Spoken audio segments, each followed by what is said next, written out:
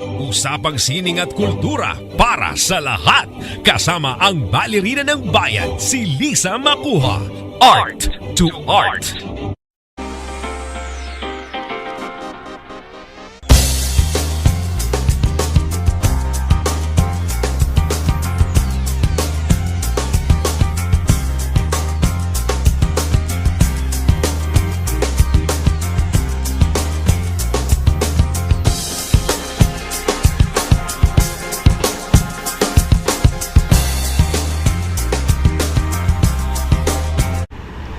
Usapang sining at kultura tayo muli sa hapong ito sa larangan ng musika. At hindi pwedeng makumpleto ang listahan ng ating mga world-class artists kung wala ang mataginting na pangalan ng magaling na concert pianist na kasama natin sa hapong ito. Napakaswerte natin at tayo ay nabisita ng isang respetadong musical artist and napakasipag na music director and educator and of course arts advocate in the person of Miss Ingrid Sala Santamaria.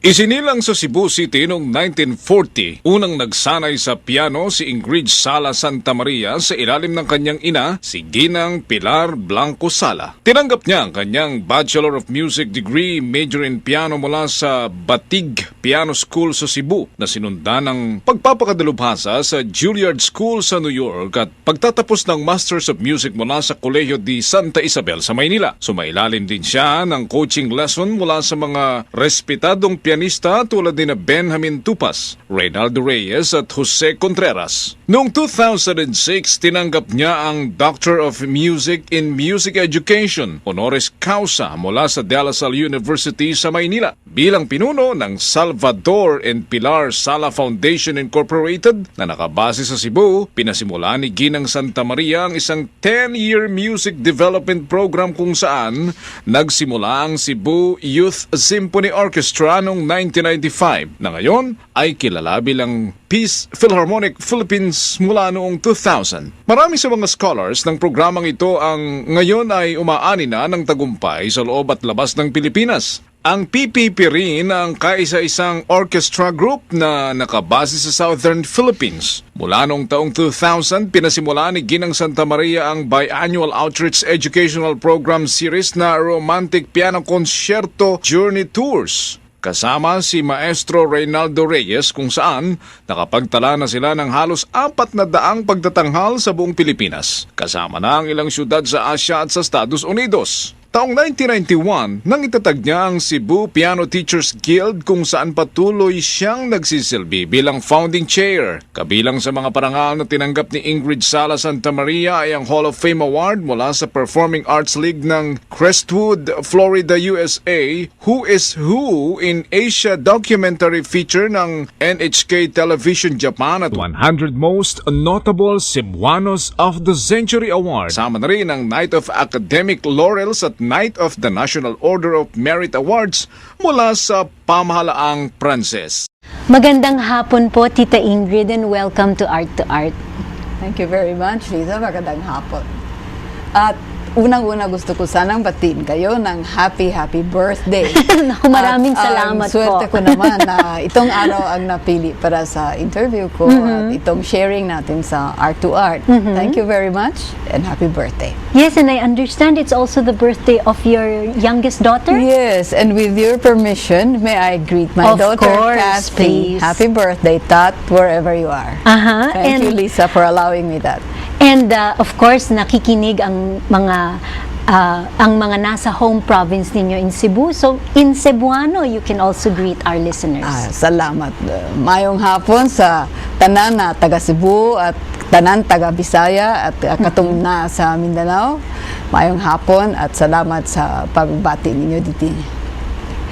Tita Ingrid, tell us about your life growing up in Cebu, especially since your mother was your first piano teacher. Lahat ba kayong magkakapatid ay nag-aral din ng music? We were very lucky. We were 7 siblings. And our mother was a pianist, she was our teacher. Lahat-lahat kami ay obligado mag-aral ng piano. Pero yung ibang mga kapatid ko, hindi masyadong seryoso. Ako lang ang seryoso at napatuloy ng pag-college studies, graduate ng music at ganito.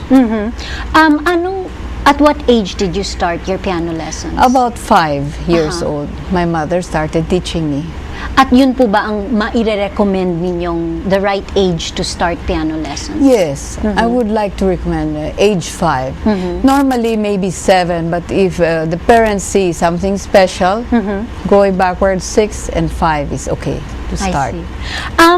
Was it more difficult for you to enter the local concert scene dahil po hindi kayo nakabase sa Maynila, nakabase po kayo sa Cebu?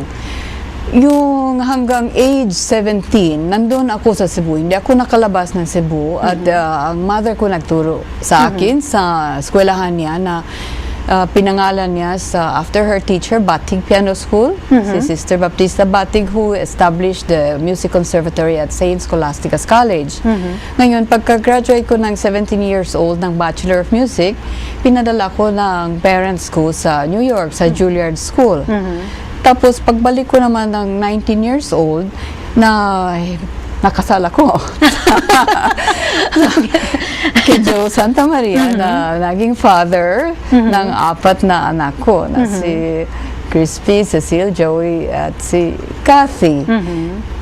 Si Mr. Santamaria ay taga Manila. So, nung kinakasal kami, dito na kami sa Manila nagtira from age 20, 21. So, that's when I started playing in Manila. I see. And actually, that's when I entered the Manila scene as a new bride. Bakit po kayo bumalik sa Cebu to be based there then? When my husband passed away, almost 20 years ago, I looked back and I tried to analyze what was wrong or what was lacking in Cebu. Parang nakikita ko, Lisa, na walang musician in my field or in the performing arts field that had reached even a national stature. And I tried to analyze the situation. At ang na-realize ko, parang walang leader, walang teachers, walang nagtuturo. At kaya naman siguro walang na-develop na mga kabataan na musical. I believe that there was talent, but there was no one to develop them. So I decided to go and try to do something for Cebu.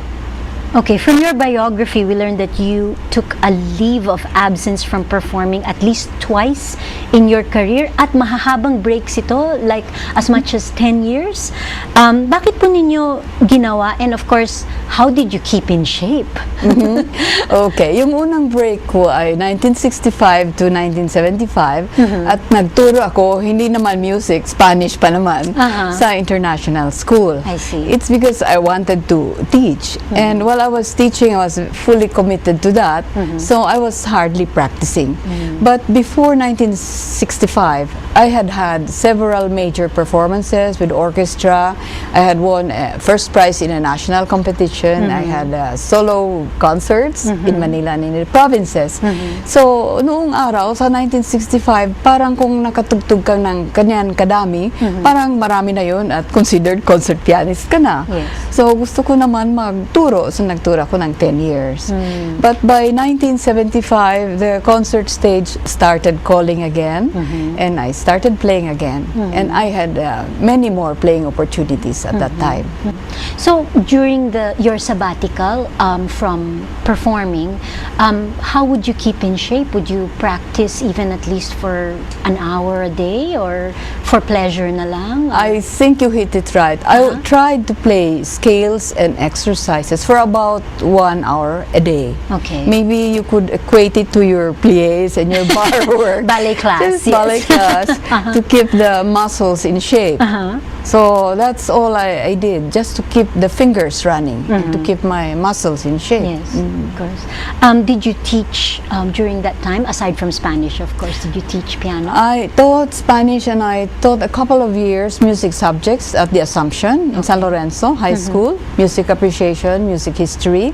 And I had a few private students at home, which included my 2 growing daughters. Yes, speaking about that, we of course know that ang inyong mga anak na si Crispy at si Cathy Santamaria were very popular models nung dalaga pa sila.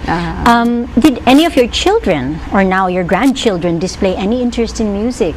Okay, I have 3 daughters and 1 son. Yung 3 kong anak na babae, obligado sila mag-aral ng piano at pinadala ko sila sa pinakamagaling na piano teacher sa Manila. Pero yung pagdating nila ng 4th year high school, sinabi ko sa kanila, hindi naman kailangan na piliin ninyo ang piano at ang music para sa career ninyo. Kung gusto ninyo ng iba, pwede kayo makapili ng iba. So that's what they did.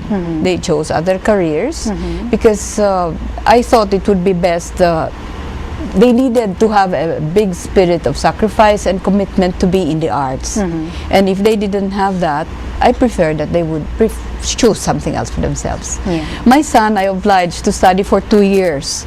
So he did, and the day after the 2nd year, sabi niya, Mom, it's 2 years now. Tapos na ako sa piano. So I said, okay. But now they make a very good audience for my concerts. And my children and grandchildren, they all come to my concerts. Okay. I'm interested, why did you oblige them to study music? Because I really wanted to see if it would, if a seed in them would develop. And I guess like my mother wanted to see one of her siblings become a musician or a pianist, and it happened to be me. I also wanted to see if one of my 3 daughters would have a career in the arts. At nasabi nyo din na pinadala ninyo mga anak ninyo sa ibang piano teacher to take lessons. Why didn't you teach them yourself? Because I had other obligations, and I felt that I would not be too committed to teaching them, or I felt that they would do better under somebody else, so that they would be obliged to go to the lessons regularly. Because if I taught them at home, then there would be many excuses not to have the lessons. Parang napaka-familiar ng ng inyong sitwasyon noon. Any grandchildren following in your footsteps? I have mostly boys as grandchildren. So all of them are in sports, and some of the girls, one is into ballet, a couple are into piano, one likes singing, one likes painting. So they are dabbling at it. But it's wonderful that you expose your children and grandchildren to the arts at an early age. And I wonder if I should share a secret with you. Please do. I, again, also sort of oblige my grandchildren to attend my concerts, but we have a family secret which we call the AF, and that's attendance fee.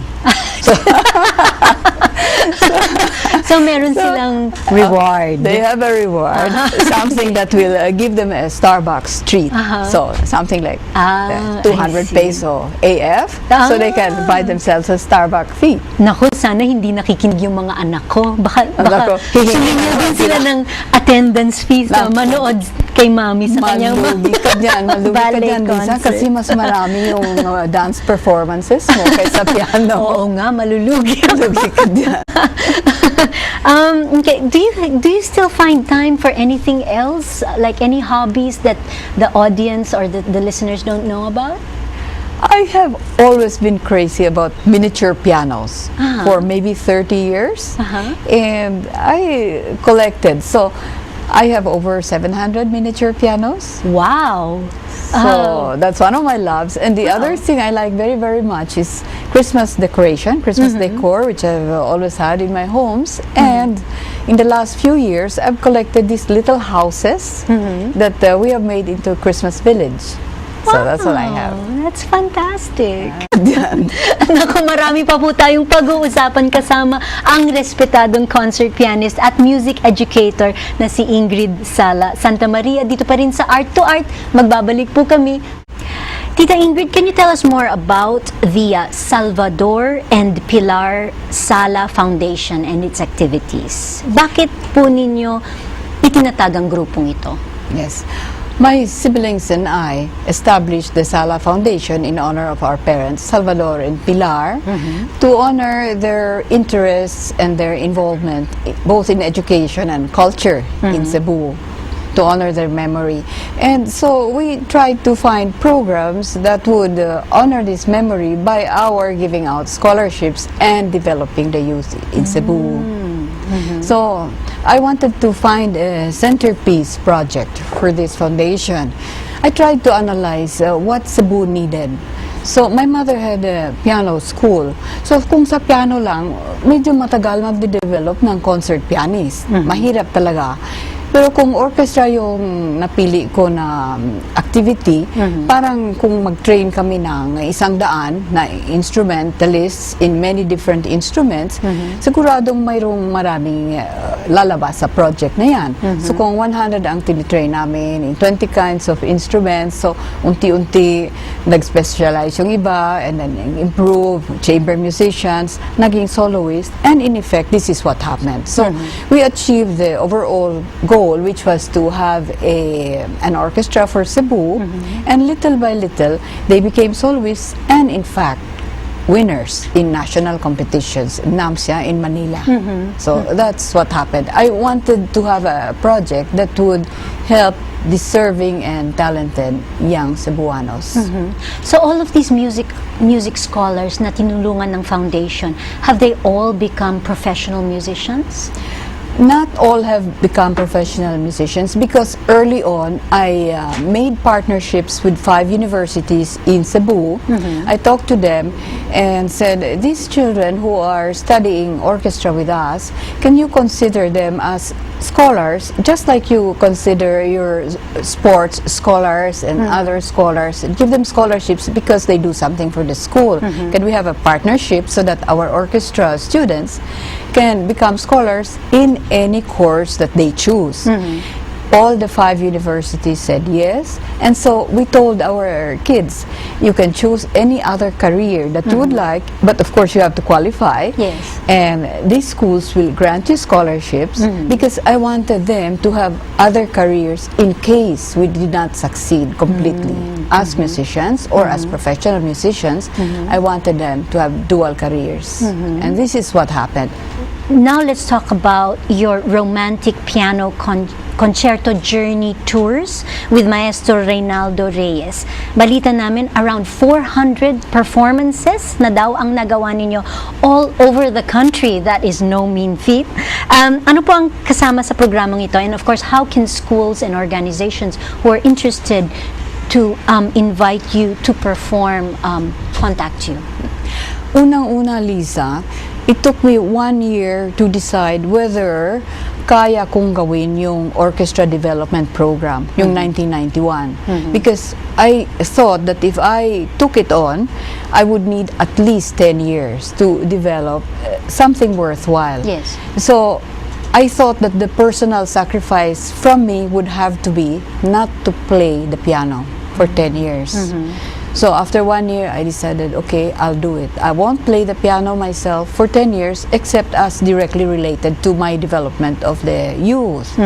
So, nung natapos itong Cebu Youth Symphony Orchestra sa 1995, nag-evolve ng Peace Philharmonic sa year 2000, hindi ako nagpa-piano.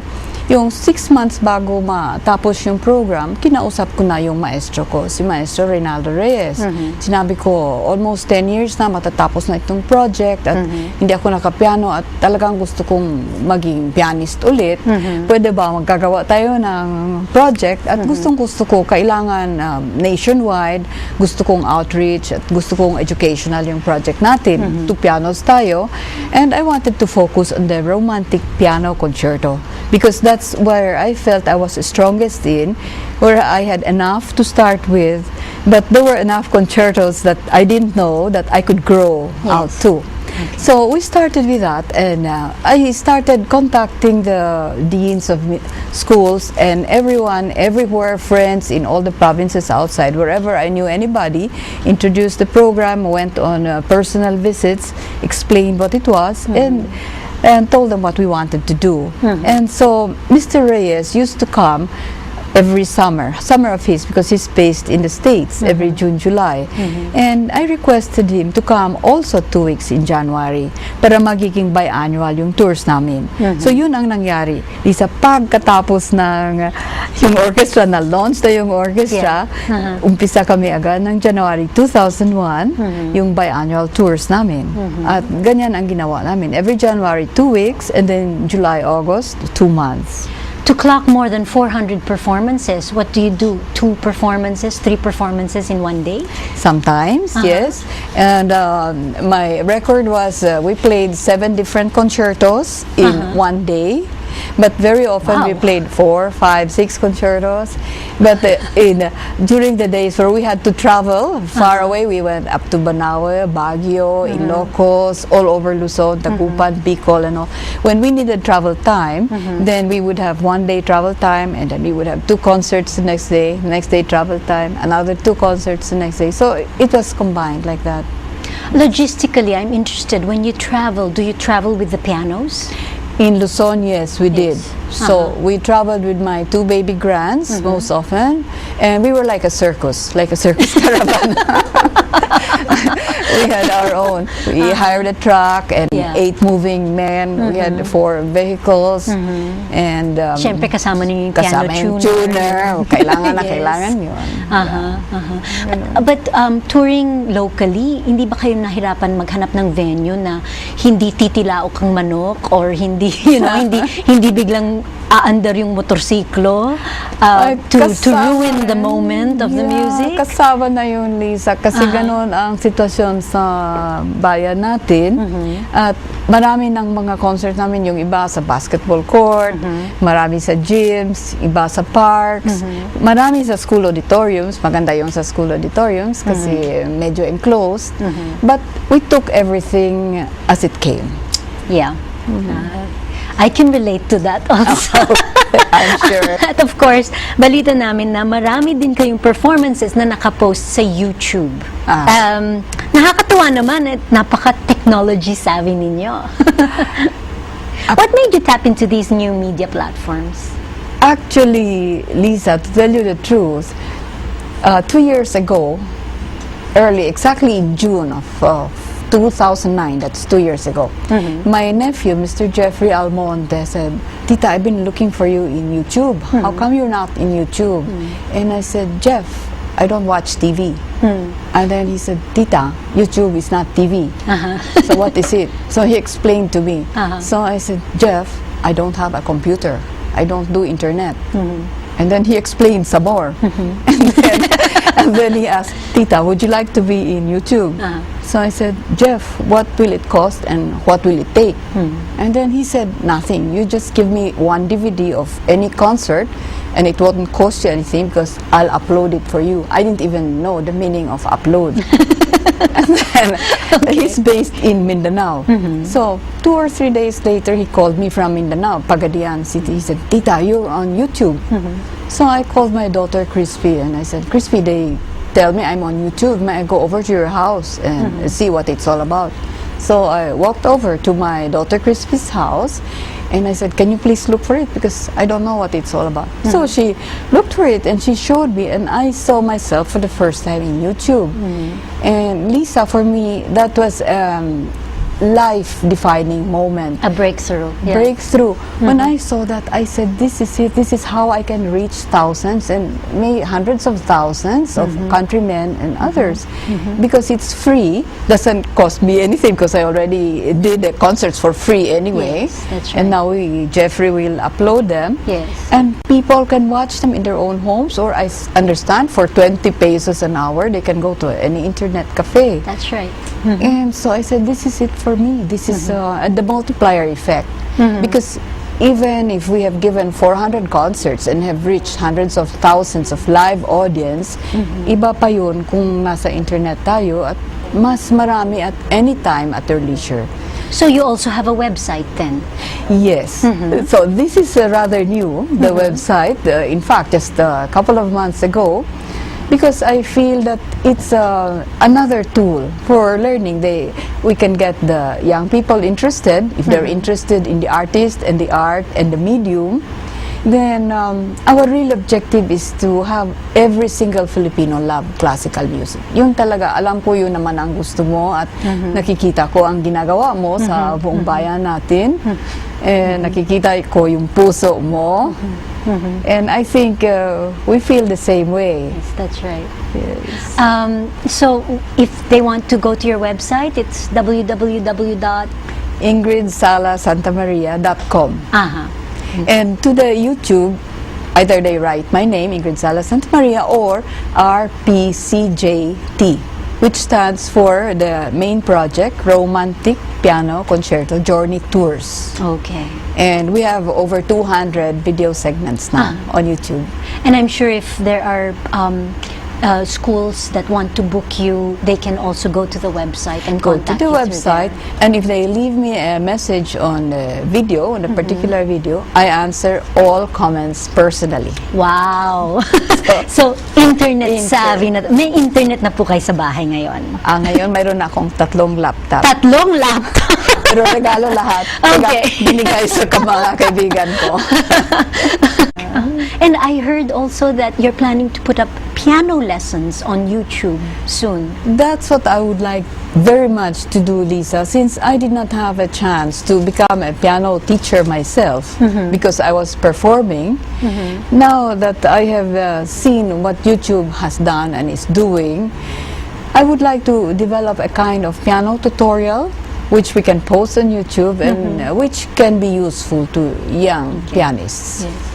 You know, Tita Ingrid, bow po ako sa inyo because, you know, you never stop dreaming and working and achieving and dreaming some more after that. So, Tita Ingrid, this is from all of us here sa Art2Art. Maraming salamat. And of course, more power to you and your work. And I'm sure we will convert every Filipino to become a music lover. Thank you very much, Lisa, and I know the whole country loves you for what you are doing. Thank you. Thank you. Thank you. Napakabilis na naman po lumipas ang kalahating oras, lalo na sa espesyal na ating panauhin. Maraming salamat muli, Miss Ingrid Sala Santamaria. It is a very rare opportunity that we find a lady who is truly beautiful inside and out. Thank you, Lisa. Hanggang sa susunod na linggo, mga kaibigan, ito po si Lisa Macuja, dito po lamang sa Art2Art, kung saan ang usapang sining at kultura ay para sa lahat. Mabuhay ang Pilipinas.